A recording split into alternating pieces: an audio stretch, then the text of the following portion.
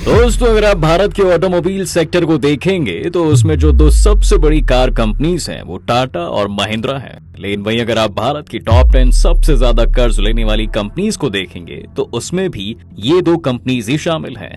पर आखिर इतनी सक्सेसफुल कंपनीज को इतना ज्यादा कर्ज क्यों लेना पड़ रहा है, और क्या ये ट्रेंड सिर्फ भारत में ही है या दुनिया के बाकी हिस्सों में भी यही हो रहा है? आज यही जानने की कोशिश करेंगे इस वीडियो के जरिए, तो बस बने रहिएगा अंत तक हमारे साथ। लेकिन वीडियो शुरू होने से पहले अगर आप चैनल पर नए हैं या आपने अभी तक चैनल को सब्सक्राइब नहीं किया है तो चैनल को सब्सक्राइब करना और बेल आइकॉन दबाना बिल्कुल ना भूलें। दोस्तों, अगर इस समय हम 2022 के आंकड़ों की तरफ नजर दौड़ाएं तो सबसे ज्यादा कर्ज लेने वाली कंपनीज में जो सबसे पहले नंबर पर है वो टोयोटा है। जी हाँ, ये आंकड़े भारत के नहीं बल्कि दुनिया के हैं। और अगर आप टॉप 12 कर्ज लेने वाली कंपनीज को भी देखें तो उसमें 6 कंपनीज ऑटोमोबाइल सेक्टर से ही जुड़ी हुई हैं। फिर चाहे वो फोर्ड हो, वॉक्सवैगन हो या फिर कोई दूसरी। ये पिछले साल का ही ट्रेंड नहीं है, बल्कि अगर आप वक्त में 5 या 6 साल पीछे जाएंगे तो आपको टॉप पर कोई ना कोई कार कंपनी ही दिखेगी जो सवाल खड़े करती है, क्या दुनिया भर की कंपनीज इस वक्त किसी फाइनेंशियल प्रॉब्लम से जूझ रही हैं? अब इस कर्ज के पीछे यूं तो कई कारण है दोस्तों। इससे हम ये कंक्लूजन नहीं ड्रॉ कर सकते हैं कि ये सभी कंपनीज मुसीबत में है, क्योंकि वॉक्सवैगन ग्रुप और टोयोटा जैसी कंपनीज काफी हाईली प्रॉफिटेबल कंपनीज हैं। इस कर्ज के पीछे जो एक बड़ा कारण एक्सपर्ट्स बताते हैं वो इन कंपनीज की लेंडिंग आर्म्स है। जी हाँ, ये कंपनीज ज्यादा लोन्स तो ले रही हैं, पर साथ ही ये कंपनीज बहुत सारा लोन लोगों को दे भी रही हैं। ज्यादातर कंपनीज अपने डीलर्स को स्टॉक रखने के लिए और कस्टमर्स को कार खरीदने के लिए भी लोन्स देती हैं। यही वजह है कि जितना ज्यादा एक कंपनी पर कर्ज होता है वो कार कंपनी उतनी ही ज्यादा सक्सेसफुल है, क्योंकि अगर वो बैंक से कर्ज लेकर अपने कस्टमर्स को दे रहे हैं तो इसका मतलब है कि उनकी कार्स बिक रही हैं। कार कंपनीज के पास इस कर्ज से भी पैसा कमाने का एक जरिया है, क्योंकि जब वो बैंक से कोई बड़ा लोन लेते हैं तो वो उन्हें कम इंटरेस्ट रेट्स पर मिल जाता है, जिससे वो अपने कस्टमर्स को ज्यादा इंटरेस्ट रेट पर देते हैं। और दुनिया की लगभग सभी बड़ी कार कंपनीज का 15 से 20% प्रॉफिट आज के समय में इसी कर्ज के भुगतान से आ रहा है।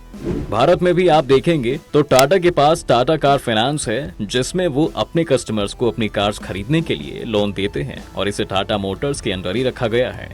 दोस्तों, वहीं दूसरी ओर महिंद्रा एंड महिंद्रा ने भी अपनी फाइनेंशियल विंग बना रखी है, जिसे Mahindra and Mahindra financial service कहा जाता है।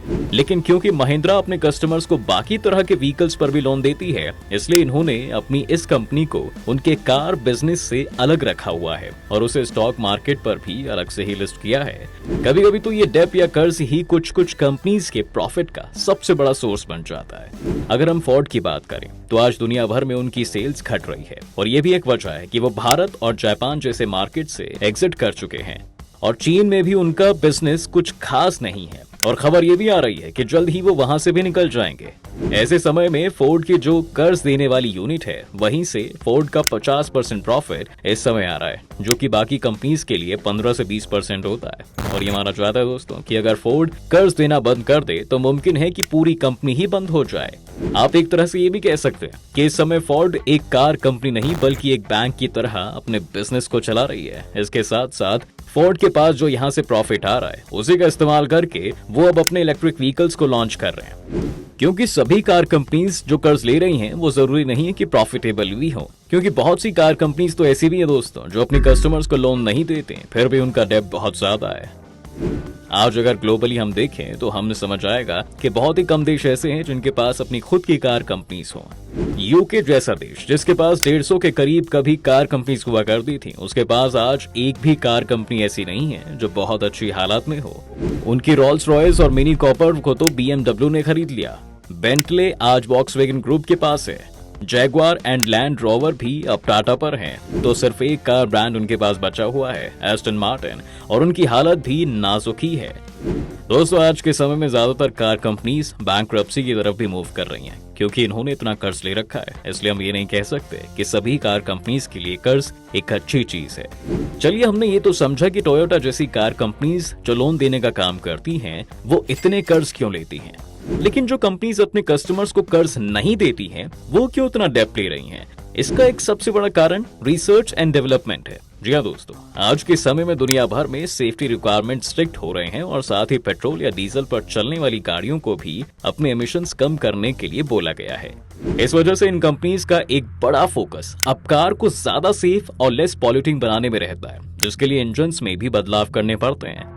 इंजन्स में बदलाव का मतलब है कि पूरी असेंबली लाइन को ही चेंज करना होगा। अब क्योंकि इन सब में नई टेक्नोलॉजी डेवलप करने की भी जरूरत पड़ती है, तो इसमें बहुत खर्च आता है। भारत में तो अब सरकार ने भी ऐलान कर दिया है कि सभी नई गाड़ियों को E20 फ्यूल पर चलाने लायक बनाना होगा, यानी कि ऐसा फ्यूल जिसमें 80% पेट्रोल और 20% इथेनॉल। तो उसके लिए भी कंपनीज ने बहुत से चेंजेस किए हैं। अब दूसरी चीज ये हुई कि अब मार्केट तेजी से इलेक्ट्रिक व्हीकल्स की तरफ आगे बढ़ रहा है और ये एक नई फील्ड है, इसलिए इसमें पुरानी और नई कार कंपनीज सभी एक ही लेवल पर आ रही हैं।